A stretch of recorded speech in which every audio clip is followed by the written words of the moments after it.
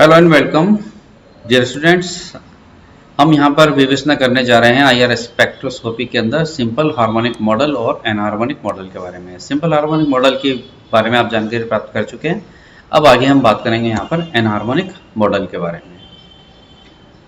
जो विवेचना मैंने लास्ट लेक्चर के अंदर करी थी वो यहाँ पर राइट अप में लिखी हुई है कि हम देख सकते हैं कि as we have seen that for SHM यानी कि सिंपल हार्मोनिक मॉडल के लिए the energy levels are equally spaced. जो एनर्जी लेवल्स हैं वो समान दूरी पर उपस्थित होते हैं। सो एनी ट्रांजिशन, इसीलिए कोई भी संक्रमण एच पर सिलेक्शन रूल चयन के नियमों के साथ leads to spectral line at bar omega oscillation. इसीलिए कोई भी संक्रमण होगा वो हमेशा ही कहाँ पर प्राप्त होगा, बार ओमेगा ऑसिलेशन पर प्राप्त होगा। That is the molecule vibrates in its original oscillation frequency, जो कि उसके मॉलिक्यूल की अपनी स्वयं की वास्तविक दोलन आवृत्ति होती है। परंतु वास्तव में in real situation is different. हमें पता है क्यों डिफरेंट है, क्योंकि जब भी किसी मॉलिक्यूल को हम यदि स्ट्रेच करते हैं तो देयर कम्स ए पॉइंट, एक ऐसी स्थिति या अवस्था आती है जहां पर वो ब्रेक हो सकता है at its bond dissociation energy. This type of model first treated by Morse, और इस प्रकार के मॉडल की जो विवेचना है वो सर्वप्रथम मोर्स ने की थी, given the name anharmonic oscillator, और उन्होंने ना क्या नाम दिया इसका, एनहार्मोनिक मॉडल या anharmonic oscillator. The Morse curve comparing with the SHM is given in next. जो मोर्स ने अपना जो एनर्जी प्रोफाइल डायग्राम दिया इस एनहार्मोनिक मॉडल के लिए, उसको एसएचएम के साथ कंपेयर करते हुए नेक्स्ट डायग्राम में आप देख सकते हैं। ये ग्रीन लाइन वाला एसएचएम जो आप देख चुके हो, ये ब्लू लाइन वाला ये है आपका मोर्स कर्व। या हम देख सकते हैं कि ये जाकर के ये इधर हट गया, अलग हो गया, डिफ्यूजन एनर्जी इतनी अधिक एनर्जी हुई, बढ़ गई कि यहाँ पर ब्रेक हो जाएगा डिफ्यूजन एनर्जी पर।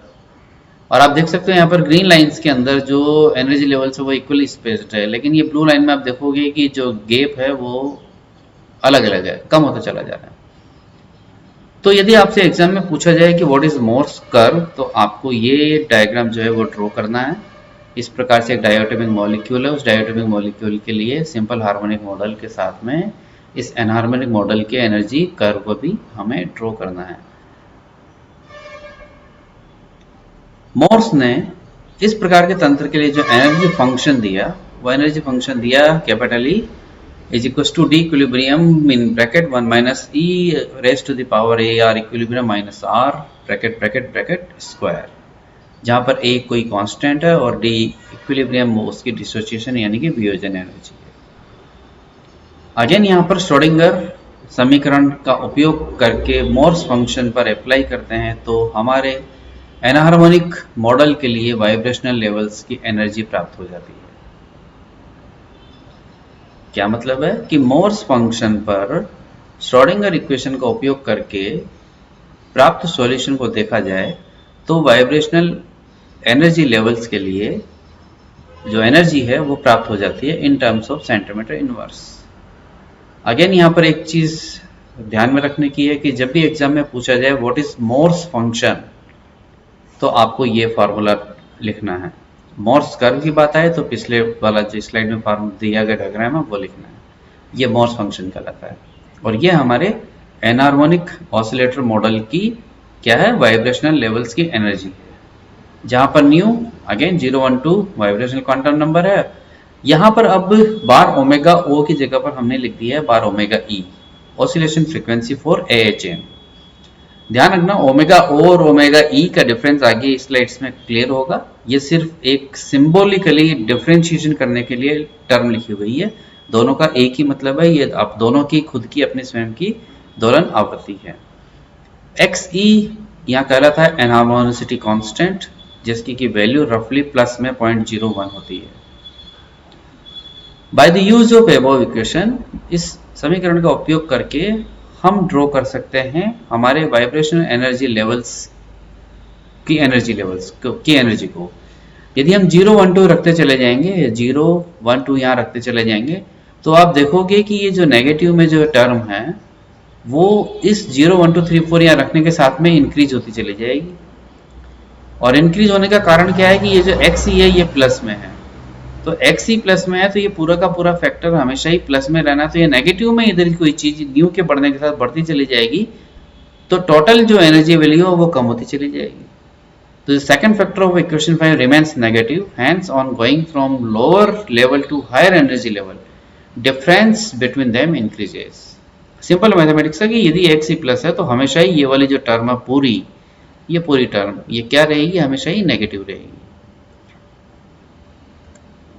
और इस प्रकार से हम देख सकते हैं कि न्यू बराबर 0 से 1 में गए तो ये डिफरेंस है, लेकिन 1 से यदि 2 में गए तो ये डिफरेंस है, 2 से 3 में, यानी कि ऊपर जाने पर जो डिफरेंस बिटवीन एनर्जी लेवल्स है वो कम होता चला जा रहा है।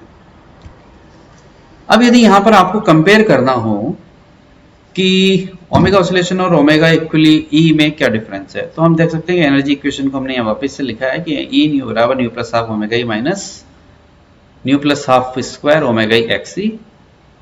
अगेन यहाँ पर ओमेगा ई को हमने कॉमन के तौर पर इधर लिखा है और न्यू प्लस हाफ को कॉमन के तौर पर इधर लिखा है, बाकी 1 minus nu plus half x E बीच में है, क्योंकि हमें पता है कि ओमेगा ई यहाँ भी है, यहाँ भी है, तो ओमेगा ई को कॉमन इधर, और न्यू प्लस हाफ यहाँ भी है, यहाँ भी है, तो न्यू प्लस हाफ को कॉमन करके इधर, तो यहाँ रह गया सिर्फ 1 और इधर रह गया न्यू प्लस हाफ एक्स ई। यदि यहाँ से हम इस न्यू प्लस हाफ को इधर नीचे ले जाएं तो E nu divided by nu plus half बराबर अब आपके पास रहेगा क्या, omega E 1 minus nu plus half x E. तो हमें पता है कि ई न्यू बराबर nu plus half omega oscillation किसके लिए, एसएचएम के लिए था। तो यहाँ पर E nu divided by nu plus half किसके इक्वल आ जाएगा, ओमेगा ऑसिलेशन।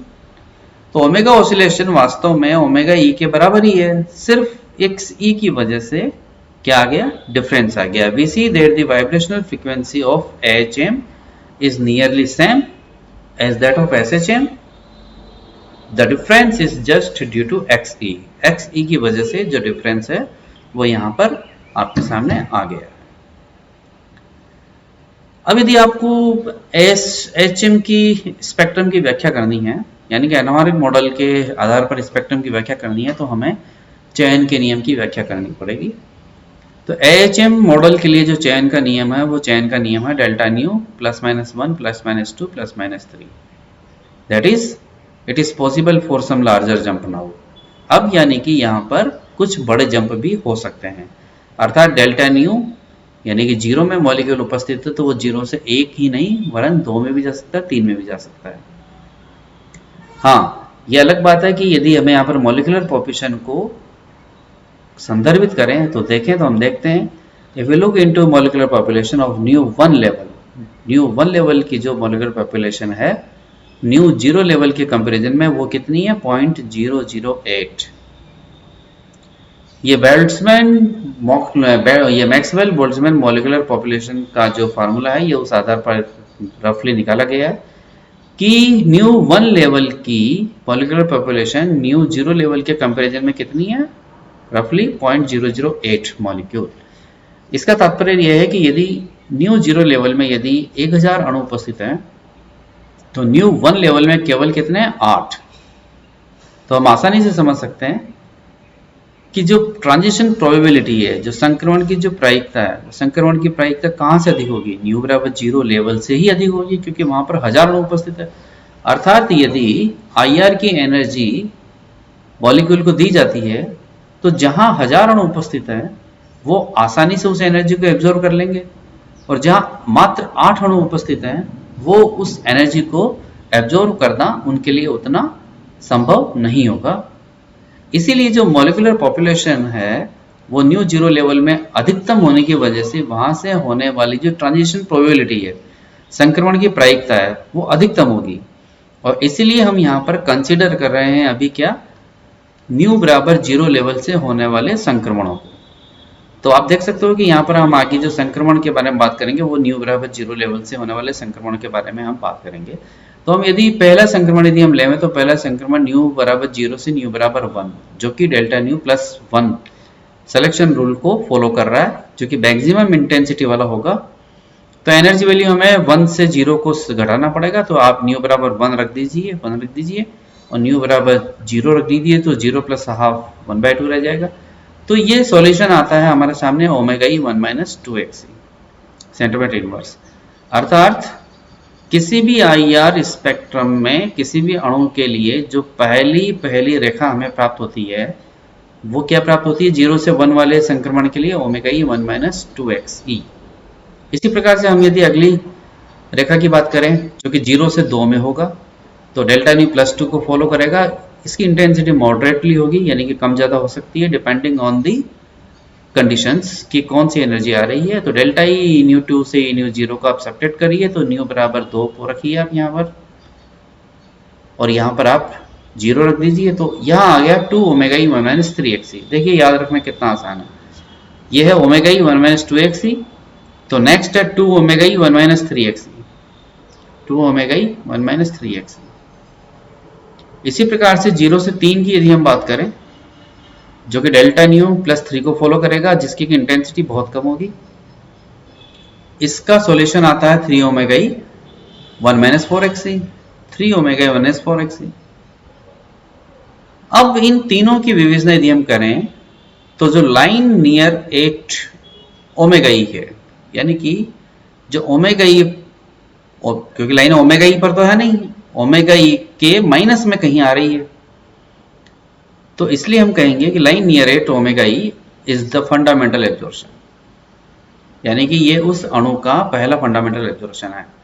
और इसके ठीक दुगने पर जो दूसरी रेखा हमें प्राप्त हो रही है वो इस फंडामेंटल का फर्स्ट ओवरटोन है, और इसी के लगभग 3 गुने पर जो प्राप्त हो रहा है हमें उसे हम कहेंगे सेकंड ओवरटोन, इसी फंडामेंटल का।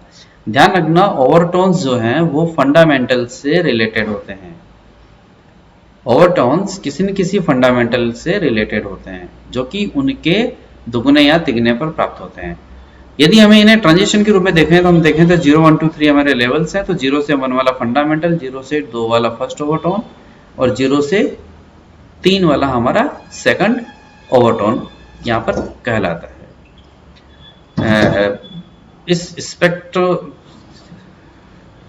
इसके अलावा भी आपको यहाँ पर सिंपल जो ASHM है उसके अंदर आपको और भी कई प्रकार के पीक्स यहाँ पर नजर आते हैं, उनके बारे में भी यहाँ पर इसी स्लाइड के अंदर जानकारी दी गई है। इसे भी इसी लेक्चर के साथ ही खत्म कर दीजिए। एक है यहाँ पर हॉट बैंड। अभी तक आपने जो विवेचना करी थी वो ये विवेचना करी थी कि हम न्यू बराबर 0 से होने वाले संक्रमणों की हम बात कर रहे हैं। क्यों? क्योंकि वहां पर मॉलिक्यूलर पॉपुलेशन मैक्सिमम है और एक लेवल में मॉलिक्यूलर पॉपुलेशन बहुत कम है। तो यदि हम उस मॉलिक्यूल का ताप बढ़ा दिया जाए, यानी कि उसे थोड़ा सा गर्म कर दिया जाए, if increase the temperature then the molecular energy will increase. तो उस परिस्थिति के अंदर क्या होगा कि कुछ अणु अब न्यू बराबर 1 लेवल में भी आ जाएंगे, तो वहां मॉलिक्यूलर पॉपुलेशन क्या होगी? गिर जाएगी, वो बढ़ जाएगी। तो अब यहाँ से जो संक्रमण प्रायिकता है, ट्रांजिशन प्रोबेबिलिटी क्या हो जाएगी? इंक्रीजेज हो जाएगी। तो उस परिस्थिति के अंदर यहाँ से संक्रमण हो सकता है। तो हम डेल्टा न्यू 1 से न्यू बराबर 2 में यदि हम संक्रमण की बात करें जो कि +1 को फॉलो कर रहा है, हालांकि इंटेंसिटी उसकी बहुत कम होगी, तो ये हमें प्राप्त होता है ओमेगा 1 माइनस 4xe पर। ऐसे बैंड्स को हम हॉट बैंड कहते हैं because they originates due to the rising temperature, क्योंकि वो तापमान में बढ़ोतरी की वजह से प्राप्त होते हैं, इसलिए इन्हें हम क्या कहते हैं? हॉट बैंड कहते हैं। यहाँ कुछ और टर्म्स लिखी हुई है, combination band, difference band and Fermi resonance. Combination band का मतलब होता है कि कोई फंडामेंटल और ओवरटोन के योग से यदि कोई बैंड हमें दिखता है तो हम उसका इंटरप्रेट करते हैं। मान लिया कि एक फंडामेंटल 1000 सेंटीमीटर इनवर्स पर है, तो यदि आपको 3000 सेंटीमीटर इनवर्स पर एक कम तीव्रता का कोई पीक नजर आ रहा है तो इसका मतलब यह है कि वो ओमेगा ई प्लस 2e यानी कि 1000 प्लस 2000, 2 ओमेगा ई यानी कि 2000, लगभग 1000 प्लस 2000 यानी कि 3000, तो इनके योग से बना हुआ कोई एक पीक है जो कि कॉम्बिनेशन बैंड कहलाएगा। इसी प्रकार से डिफरेंस बैंड हो सकता है। तो ये किसी भी स्पेक्ट्रम में वास्तव में जो उनके नॉर्मल मोड्स ऑफ वाइब्रेशन के अनुसार जितने बैंड या पीक आने चाहिए उनसे कम या अधिक आने के जो कारण है वो ये है। इसी प्रकार से एक है फर्मी रेजोनेंस। हम देखते हैं कि कार्बन डाइऑक्साइड में 4 प्रकार के नॉर्मल मोड्स ऑफ वाइब्रेशन होते हैं जो चारों फंडामेंटल कहलाते हैं। ध्यान रखना है कि जो नॉर्मल मोड्स ऑफ वाइब्रेशन है वो फंडामेंटल वाइब्रेशन कहलाते हैं। जैसे कि न्यू 1 हमें पता है सिमेट्रिक स्ट्रेचिंग है, तो न्यू 2 एसिमेट्रिक स्ट्रेचिंग है, तो न्यू 3 एंड न्यू 4 उसके बैंडिंग वाइब्रेशन है। अब चूंकि न्यू 1 और न्यू 2 इतने कम अंतर पर प्राप्त होते हैं, यानी कि उनके मध्य जो ऊर्जा अंतर है वो बहुत कम है। यानी कि न्यू1 यदि 1150 सेंटीमीटर इनवर्स पर है तो न्यू2 1170 सेंटीमीटर इनवर्स पर है। रफ वैल्यू को ध्यान रखना। तो दोनों के मध्य इतनी कम ऊर्जा होने की वजह से वो दोनों क्या करते हैं, एक दूसरे से इंटरेक्ट कर जाते हैं, कपल्ड कर जाते हैं with each other, so that किस प्रकार से कि जो फ्रीक्वेंसी जिसकी पहले से थोड़ी सी फ्रीक्वेंसी ज्यादा है उसकी फ्रीक्वेंसी और बढ़ जाती है, और जिसकी फ्रीक्वेंसी पहले से कम थी उसकी फ्रीक्वेंसी और घट जाती है। तो एक प्रकार से इसे हम कहते हैं फर्मी रेजोनेंस की घटना। और इस घटना के आधार पर हम जो हमारा एल्डिहाइडिक प्रोटॉन है या CH जो है वो एल्डिहाइड है, उसको हम आसानी के साथ में पहचान सकते हैं, जो कि 2720 और 2820 सेंटीमीटर इनवर्स पर हमें वहां पर एक फर्मी डबलेट के तौर पर अपना स्पेक्ट्रम वहां पर देते हैं। सिंपल हार्मोनिक मॉडल और एनआर मॉडल के बारे में यहाँ पर हमने जानकारी दी थी। अब आगे हम नेक्स्ट लेक्चर में हम बात करेंगे रिजिड रोटेटर विद वाइब्रेशंस।